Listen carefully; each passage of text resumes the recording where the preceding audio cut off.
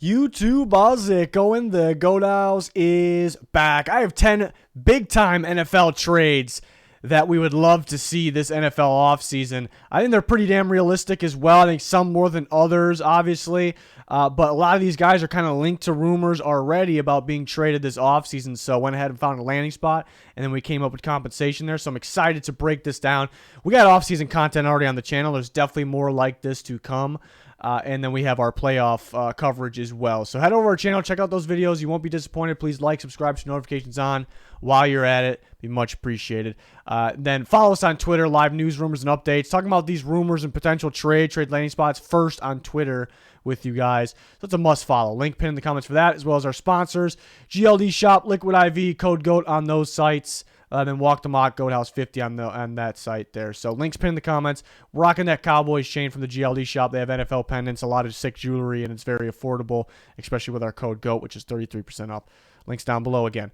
First one, some quarterback trades in this video. How about Trey Lance? This one's kind of being rumored a little bit. Like, first, just with the Niners, do they roll with Purdy? Do they trade Lance? People are kind of talking about that.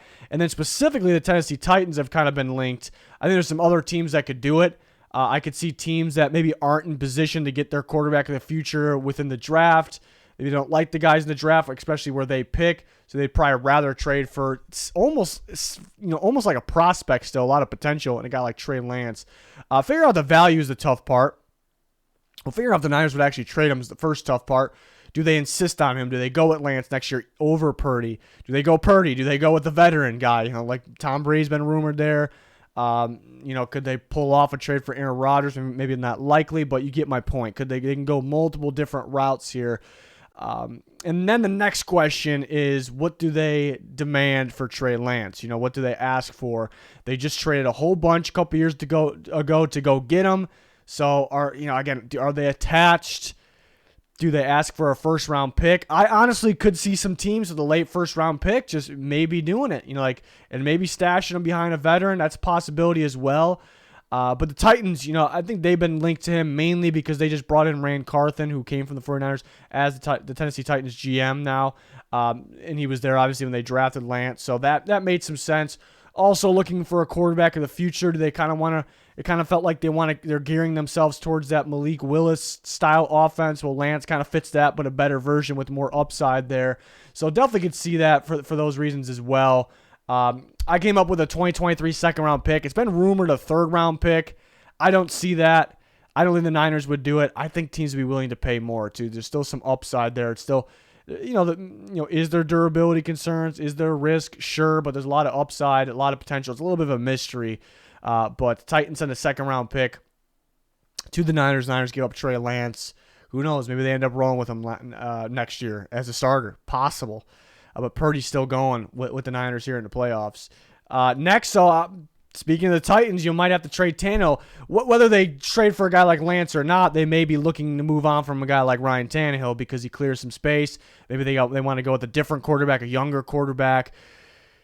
It's possible. Maybe they start him. It's definitely possible that he's their guy next year. Very possible. But looking for the landing spot for Ryan Tannehill, I came up with the Atlanta Falcons, who need a quarterback. I know some of the fans, I've noticed through mock drafts that we had him taking a quarterback. Some of the fans are insisting that Ritter is going to be their guy. He might end up being their starter, but there shouldn't be too much attachment there. There really shouldn't be. There isn't for the Falcons. They draft in the third round. There's not a lot of stock put into that. But, maybe they roll out Ritter week 1 next year. I don't know if they'd be too serious about winning, though, if that's the case. So Tannehill, they need a quarterback. They have a ton of cap space. That's the tricky part with Tannehill. $27 million cap hit this year. That's a lot. But is it really for a veteran quarterback, a solid, experienced quarterback? $27 million is not a whole lot. It is pretty pricey, but the Falcons could afford that and some other things as well. So that made sense. Arthur Smith was his offensive coordinator at the Tennessee Titans when Tannehill was killing it, really. He was having a monster year. So we know he fits Arthur Smith and the Falcons over there. And the Falcons look kind of dangerous at first this year. They're kind of a sneaky team, pulling off some wins. Then it went downhill. I think with better quarterback play like from Ryan Tannehill that fits that system, they can be a sneaky team. Him throwing to Pitts and other weapons they're able to acquire. And they have the offensive line was improved this year, and they have weapons at the running back position. So for all those reasons, it kind of makes sense. And they're not locked in long term. It's not they got to pay somewhat of a pricey cap hit this year, $27 million, but then they're not locked in after that. They're done with them unless they want to re-sign him, But the Titans might need some help. They might be in a position where we got to move on from Tannehill. We need somebody to take him off our books. So that could drop the value. That could drop the leverage a little bit. So I came up with a 4th-round pick, and even, if the Titans are kind of desperate to move on from it, it kind of feels a little expensive. When the team's kind of taking a gamble, bringing him for $27 million. So a 7th-round pick going back to the Falcons along with Tannehill. I think both sides could be happy about that. Titans clear that much-needed cap space, which there's other ways they can easily create cap space, so they can keep Tannehill and still try to add other pieces. But it's possible they will be wanting to move on from Tannehill there. So interesting one that I think is realistic. Next, Derek Carr sent it to the Saints. Now the Saints are in the hole right now. They're in a hole with in terms of cap space, like they usually are, and they're going to get themselves out of it. It will be a little bit of a challenge to, it's not going to be a challenge to get to, a positive cap space, but then maybe to be able to afford Derek Carr as well. But they were in that position last year, and they were trying to just trade for Deshaun Watson, which would have been pretty expensive. The Saints, the light is near, kind of. The future cap space. There's some positive future cap space there. Once they dig themselves out of this hole, it's going to take a hit on the future cap space, though. But they can make it happen, is my point. It's not going to be pretty, but they can make it happen. And they're the type of organization that they don't really care. They'll put themselves in a hole. They just want to make a better team here. They want the better quarterback because that defense is solid. They got a really good young piece in Olave. We'll see what they do with Michael Thomas, but they have Kamara, obviously. They got a solid offensive line. They're going to get Penning going, obviously, going forward. So they'll be feeling that if we get Derek Carr, we can compete for sure. Derek Carr very well could end up with the Jets, the Commanders. There's other teams, the Panthers. There's other teams for sure. I just felt like making a scenario with the Saints because I now think the Saints are a little more likely than I did before. And they'll be looking for that quarterback. Another one that's tricky in terms of the compensation because I think Derek Carr is definitely worth a 1st-round pick. I mean, he's a very talented, experienced quarterback that can help your team take that next step. Like, how many Derek Carrs are available for this? There's other quarterbacks that might be available. They might be a lot more expensive. There might be different situations going on with their contracts. So I think he's pretty valuable. But now the leverage could drop for the Raiders because they kind of came out and said that they're trading him, and Derek Carr said goodbye. So they're alone. You can lose a little bit of leverage because they're insisting on trading him. And then, they're going to cut him if they can't trade him by the February 15th. We talked about it on Twitter and the reasons why. Well, basically guarantees kick in. The Raiders don't want to be stuck with that.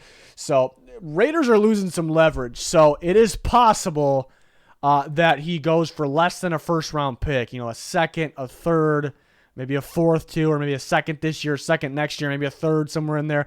That is very possible, almost equivalent to a 1st round without being a 1st round. That's pretty possible. But I think teams will be bidding. I think teams will be looking like, here's a good quarterback. When do we have a shot to get a guy like this? This is not your Carson Wentz, where a guy that's been struggling, maybe we can fix him. Like, no. I mean, Carr struggled a little bit this year. He's still a lot better than guys like Wentz or Matt Ryan have been. So, and he was really good at the end of last season to get the Raiders in the playoffs. I still think that's in there, for Derek Carr. So, the Saints don't have a 1st-round pick this year. They're not afraid to trade their 1st-round pick, so they can trade their next year first. And they might be getting a 1st and some back for Sean Payton, whether that's this year or next year when he's hired as a head coach.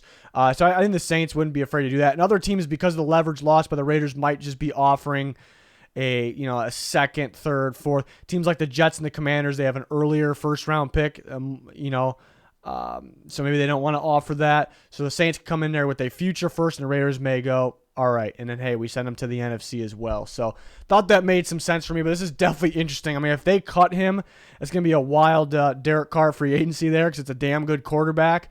And if somebody gets him for less than a 1st, that's pretty big as well. So it's going to be wild to see what happens there and then how the Raiders replace him. Next, Aaron Rodgers, which a lot of people are talking about right now, specifically linking him to the Jets. I actually would have thought the Niners would be an interesting team. Unless they win a Super Bowl with Purdy this year, that's probably their guy. But it really sounds like the Packers would prefer to send him to the AFC. So the Jets have been talked about a lot. I think they'd be willing to do it. I got a little creative with this scenario while I think it's still realistic. There's been rumored 2 first-round picks is kind of the starting point. Usually, it feels like a little bit more possibly, but the 13th overall pick's a pretty good one. From the Jets to the Packers, a 2024 first-round pick as well. Remember that, if they had Rodgers, that'd probably be a later pick. So the 13th pick in the 2024 a little bit later. And then Corey Davis I threw in there as well. It feels like a Packers receiver, a receiver the Packers would like. He's on an expiring deal, so 1 more year left. The Jets might need to clear a little bit of space there.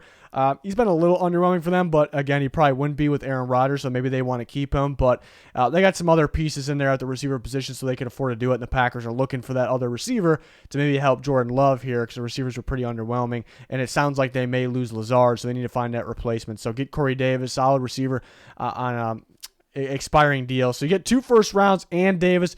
Pretty damn good value, kind of what the Packers would be seeking. It does seem like maybe a little bit of a lot of a bit, because Rodgers could retire at any time. He can be pulling the same thing he's been pulling with the Packers with the Jets after a year. So he's on the older side. So it is a little bit of a risk, I guess, for the Jets. So throw a 5th round pick their way as well. So a unique scenario. It could just be Rodgers for those 2 first round picks, perhaps something like that. But it's sounding more and more realistic, like he could be dealt. It seems to be an every year thing now. Like Rodgers going to get dealt, he doesn't get dealt. It's all kind of fun and games. Like they're playing some games there. But the way they structured the contract last year, it looks like they expect to trade him at some point, whether it's this offseason, next offseason. I don't think it'd be pointless to do if they for sure thought like we're not trading him. They know they're not trading him, So it's feeling a little bit more possible here. And the Jets could be that landing spot. So that'd be pretty damn wild. The Jets with a growing unit around him, the receivers, the offensive line, the running backs. So it is weird. They just got rid of LaFleur, brother of the Packers head coach. So he's out. So I don't think that would have mattered. If he was there, they probably still would have been interested. But that's something, something I thought of. I thought that was kind of weird. So, yeah, I mean, Aaron Rodgers, I didn't really take his stuff too seriously last year. I was more focused on, the receivers and Russell Wilson. I just thought Rodgers would be back. This year is maybe a little more interesting, definitely possible, and it's starting to heat up recently. So it's gonna be a fun offseason for Rodgers alone, but all the other guys we've been talking about and the other guys we are going to talk about. Let's go away from the quarterbacks. We're at the end. We're going to go back to a quarterback though, a little tag and trade. But Brandon Cooks always linked in trade rumors. He was at the deadline. It sounded like a trade was kind of close to happening, and it sounded like the Cowboys were the closest. So I thought about the Cowboys again here. They got to clear some space. It's definitely possible. Maybe just sign Odell Beckham Jr. I went with the Giants here. The Giants definitely need a receiver. They got pretty far, obviously, in the playoffs. Impressive year, and that was with your best receiver being, on paper it looks like Darius Slayton, but at the end of the day, it felt like it was Isaiah Hodgins. So they definitely need to get better at the receiver position. I think if they can get a kind of a quick speedster guy that knows how to read coverages and get open, make the big plays, I think that's something they would be interested in. I think that can kind of take them that next level. So the Texans sending Brandon Cooks to the Giants. And then remember, the free agency class for receiver kind of weak. The draft class, not as strong as it used to be. The Giants have later picks in the draft, so it would make sense. And they have a lot of cap space. Brandon Cooks going to cost like $18 million this year, and then $16.5 next year, which is a little pricey. Is he still playing up to that level, that value? That's what teams will debate. But there's always some interest in Brandon Cooks, and you think he'd be a better player with a better team, in that Dayball system there. And I think Joe Shane isn't afraid to go out and get that receiver. Then about DeAndre Hopkins for them as well, but Cook's a little bit younger, and I think fits what they're kind of what they're looking for.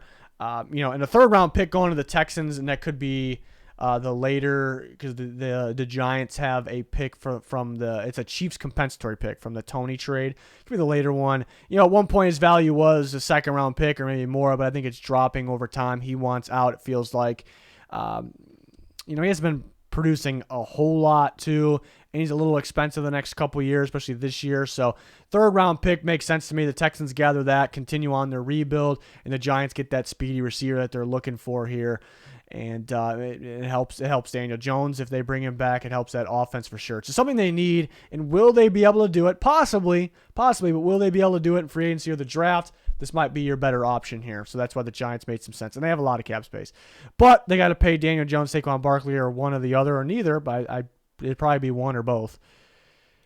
DeAndre Hopkins. I had a DeAndre Hopkins video and I had something similar to this. I thought the Patriots were the top landing spot. I still kind of think that, but I think the Giants and the Ravens are up there as well. So I thought about those teams here, but the Patriots make a lot of sense. Looking for they have some decent receivers. They also have some free agents, but they kind of just been missing that kind of takeover, like top tier, legit number one guy. So they get him here. Bill O'Brien was just hired there this morning. I don't know if it's official, but it just sounds like it's going to be official. Now, he traded Hopkins away from the Texans, so is there bad blood in there? I don't know. I think they're kind of just looking to get better here. So it kind of made sense to me, and they have a lot of cap space, and he's pretty affordable as well. And it felt like it doesn't really feel like it almost, if he gets traded, it almost feels like the Cardinals and Hopkins just want to separate, so maybe the value isn't super high, receiver in his 30s, second, fourth round, and Devontae Parker, which is pretty useful to the Cardinals. Made some sense. Could be a second and a third, and Parker, possibility. Could it be just a lone first-round pick? I think it's a possibility as well, but with the Patriots case, it's a middle first round, so that I don't think that would be possible. So a few picks and a couple picks and a player going there. Patriots grab DeAndre Hopkins. It doesn't really make a whole lot of sense to me for the Cardinals because, I don't think they want to rebuild. They have Kyler Murray. They want him to have as much success as he possibly can as he's trying to continue to progress. So why take away that legit number one receiver? But maybe they don't get along. Maybe Hopkins just isn't getting along with the Cardinals. So maybe and if that's the case, then his the value definitely drops. The leverage kind of gets lost for the Cardinals. So it'll be interesting to see what happens there. Next, Cam Robinson. The Jags had a pretty good run there, obviously into the second round of the playoffs, and that was without Cam Robinson. They had Walker Little out of Stanford a couple years ago in there at left tackle, and he was playing pretty damn well. The only thing with Walker Little is there's a little bit of an injury concern there, but I guess Robinson apparently does now as well. But they could maybe decide, hey, we like Walker Little just as much or more than Cam Robinson, and they need to clear some space because they're low because of the spending last year, so they can trade Cam Robinson. I actually thought they might trade him when they tagged him. Because the tag was a little surprise. So I'm like sitting there. I'm like, actually, this is not a surprise. They might tag and trade him, but they extended him. But it's a tradable contract. There's a shortage on solid left tackles. He's not the best left tackle in the world, but he's solid, experienced, still kind of young, decent contract. Teams will be interested. So it could make some sense. A way for the Jaguars to clear space, but still have a starting left tackle. The issue is they have an opening at right tackle. Jawan Taylor's a free agent. Do they get him back for cheaper? Or maybe there's a scenario where they go at Robinson and Walker Little and move somebody to right tackle. So maybe the Jags just don't even want to trade him. It's possible. I really thought about the Patriots and the Bengals for Cam Robinson. One with the Bengals here. The Bengals are actually, believe it or not, for a top-tier team, going to have a decent amount of cap space next year. And I think enough's enough. Like, they're going to have to make this offensive line as good as they possibly can make it. They kind of took a step towards that direction last year, but definitely not fully.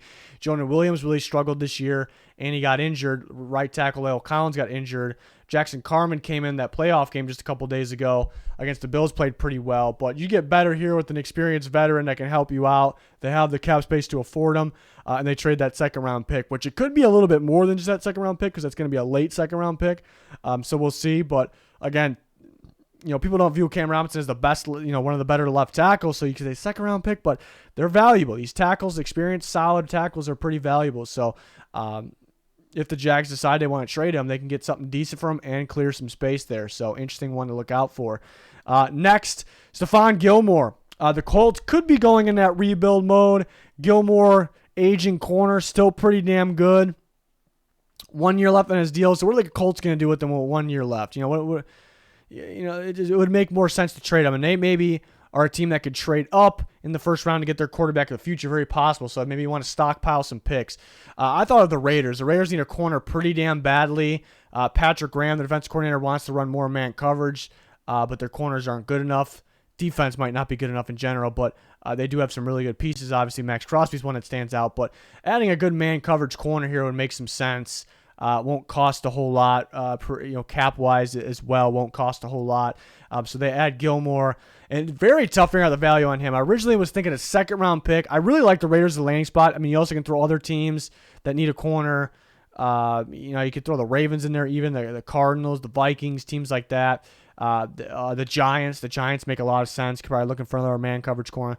Giants probably my second choice after the Raiders. But I really like the Raiders. But I thought of a second-round pick for value for Gilmore. But it's an early second-round pick. 1 year left on his deal. Getting up there in age. So I thought of a third and a fifth. Also thought of a second still, but maybe a fourth going back to the Raiders. So you're swapping from second to fourth. Thought about that as well. But the third and the fifth, go to the Colts. They kind of can use those if they want to trade up or just kind of continue to rebuild with all those picks, even if they don't want to trade up. So I thought that one made some sense. But there's some other teams that could be interested in trading for a guy like Gilmore. It makes sense to move on from him for me because the Colts should be maybe not dropping down to stage one or rebuild, but they should be somewhere in there where, how is Gilmore going to help them with 1 year left on his deal here? So we'll see. Big time corner that's kind of been rumored in trade talks. Not really sure this one actually happens. I think the Rams really value Jalen Ramsey. So they would need a lot in return. I don't see them going in any type of rebuild or anything like that. So I don't know, but it's been rumored a bit. And there's quite a few teams that could trade for Ramsey. I like the Ravens for him, but the Ravens are maybe so focused on paying Lamar Jackson. They already paid Roquan Smith. They want to add other free agents. They want to add, I think they're probably going to want to add receivers, tweak their offense a little bit to make it better. So maybe just too much focus elsewhere. And they're already pretty decent at corner. But Cardinals, Vikings, Rams actually ran the most zone out of anybody. So I don't know about those teams that are just strictly man coverage. Like the Giants, the Raiders want to run more man. I mean, Ramsey definitely can run man, but the Rams ran more zone, compared to anybody. So more likely to go to his zone defense. And some of those teams I mentioned, Cardinals, Vikings, we don't know who their defensive coordinator or maybe their coach for the Cardinals' sake. We don't really know what scheme or coverages they're going to want to run fully yet. But so it's a little tricky. But the Cowboys aren't afraid to make these splash moves.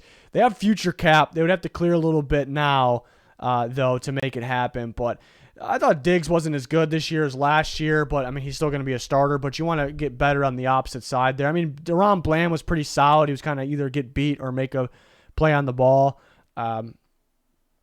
Injuries every year at that position as well. So they just get better and maybe create a more of a lockdown defense. They lost in a defensive battle against the Niners, and mainly because they turned the ball over. How are you going to fix that, though? Like, how are you going to fix Dak? Offensive line was fine. They could add a weapon, but the weapons seem all right. But in a defensive battle, the better defensive team won, like by far the best defensive football. So if the Cowboys had a guy like Ramsey, they're competing up there for the best of the best at defense. So the 27th overall goes to the Rams, and then next year second is what I came up with. I think it's possible that it takes 2 first-round picks. I had this debate with people on Twitter a couple weeks ago. People were talking about Ramsey like he's old. He's not old, 28 years old. He's still the best corner in football, in my opinion. Did he play like the best this year? I'd say, probably a couple other guys I would consider number one. But in general, I think he's still known as the best in football right now. Super good in coverage, super good in run support. Mainly zone, but can shadow guys as well. So it could take 2 firsts. It could take a first and a second. It could end up being a first and a third. It could end up being 1 first. I don't think so, but it could. It could. Cowboys picking late too, so it's not like you're getting an early first or a mid first. So 27th overall, and the next year second goes to the Rams. But will the Rams actually want to deal Ramsey? That's the big question I'm asking there. And then one more. This one's a little special. It's a little unique.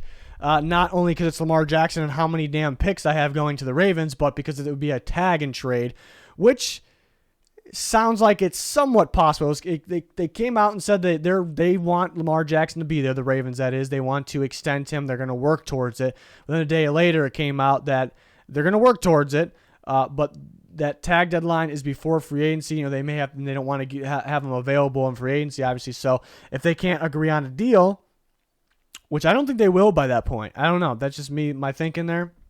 By that point of the tag, they placed a tag on him. Now Lamar's not going to want to play on the tag, and they're going to want to still try to reach a deal, and then they're going to try to do that while he's on the tag. But if they still can't reach a deal while he's on a tag before he signs it, and is locked in with the Ravens, they may trade him. It is actually possible. So it's just going to depend on what Lamar's value he thinks the value is and what the Ravens think the value is. They're probably going to consider they're changing offenses. They're probably going to consider that he has the durability issues. So will they pay him, near or exactly what he wants is the big question. So a lot of teams would be interested.